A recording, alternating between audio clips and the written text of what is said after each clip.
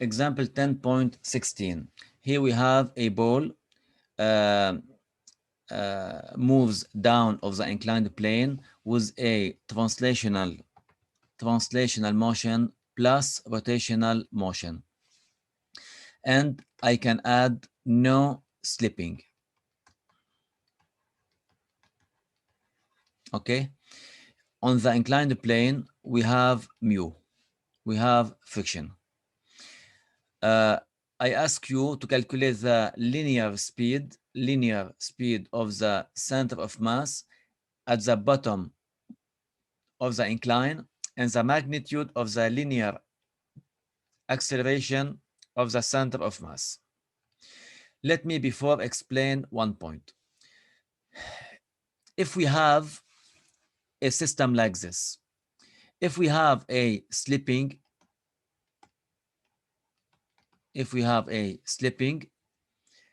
in this case, we have pure translation.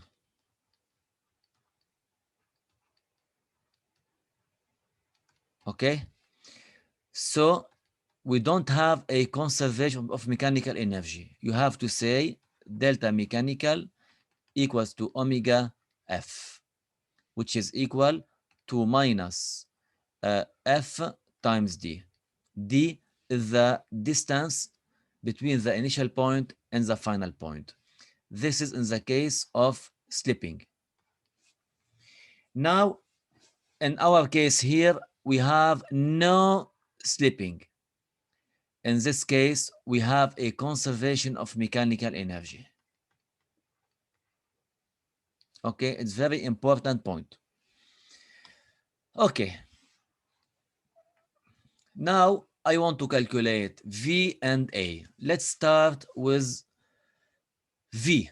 As we have a conservation of mechanical energy, so mechanical initial equal to mechanical final. Initially, kinetic plus potential equal to kinetic plus potential. This one is the initial position and the final position. The object was at rest initially, so V initial equals to O and omega initial equals to O. Omega initial, V initial. Here we have omega final and we have V final, okay, or VCM. You know the relation between V and omega, V equals to R times omega. If you want to talk about VCM, here we have R times omega. Okay. As you see, initially the object was at rest. We don't have kinetic energy. Potential energy initially, we can take the reference at the lowest point here. So initially we have H. About the kinetic. Kinetic at the end, we have rotational motion plus translational motion. In this case, we have kinetic energy rotational plus kinetic energy translational plus potential energy final equals to O, because we don't have height at the final position. So here we have I over 2 omega square plus m over 2 v square.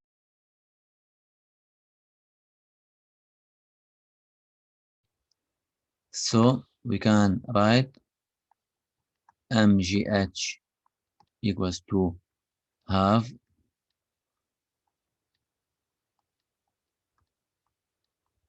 ICM times omega square equals to VCM square divided by R square plus mv square. We can take VCM square common, and here we have 2 mgh. Okay, we put 2 up. Okay, we get this value, and finally we can write VCM equals to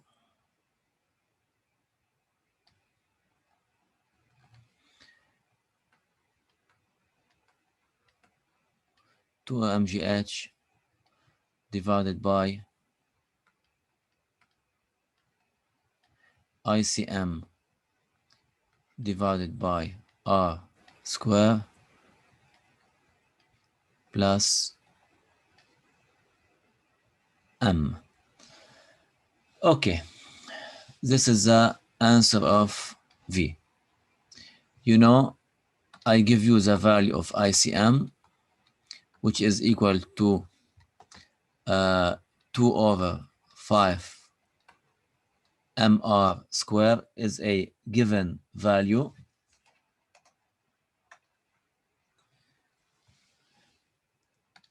So we can say VCM equals to 2 mgh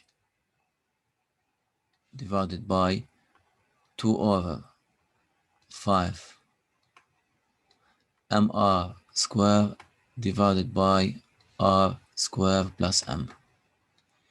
We can eliminate m, and m. R square with r square.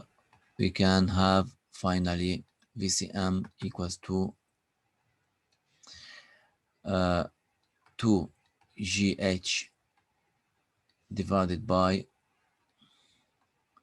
5. Here we have 2 plus 5. So we get finally 10 over 7 GH. This is the final value of VCM. Okay, so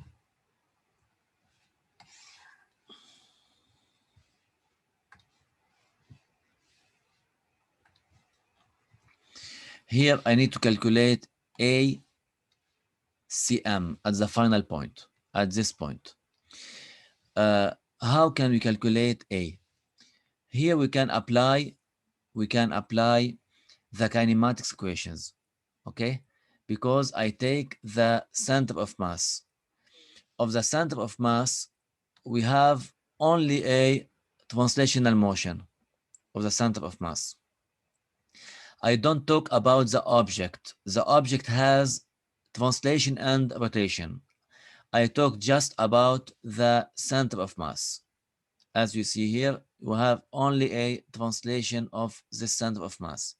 So we can write V of the center of mass final square minus V of the center of mass initial square equals to 2ACM times the total distance. Let's say X, the distance between this point and this point. So, you know, initially we don't have velocity. And this distance can be calculated. We have the angle here, we have the height, and you can calculate the distance by sine theta equals to h divided by x. So h equal to x sine theta. So we can calculate ACM, which is equal to VCM square, which is equal to 10 over 7 GH divided by 2 times x. X equal, no, I want x here. Sine theta equals to h over x. So I need to calculate x here. So x equals to h divided by sine theta. We can write here h divided by sine theta. This is the value. Okay, here we can eliminate h with h. We can write finally ACM equals to 10 divided by 14 g sine theta. This is ACM.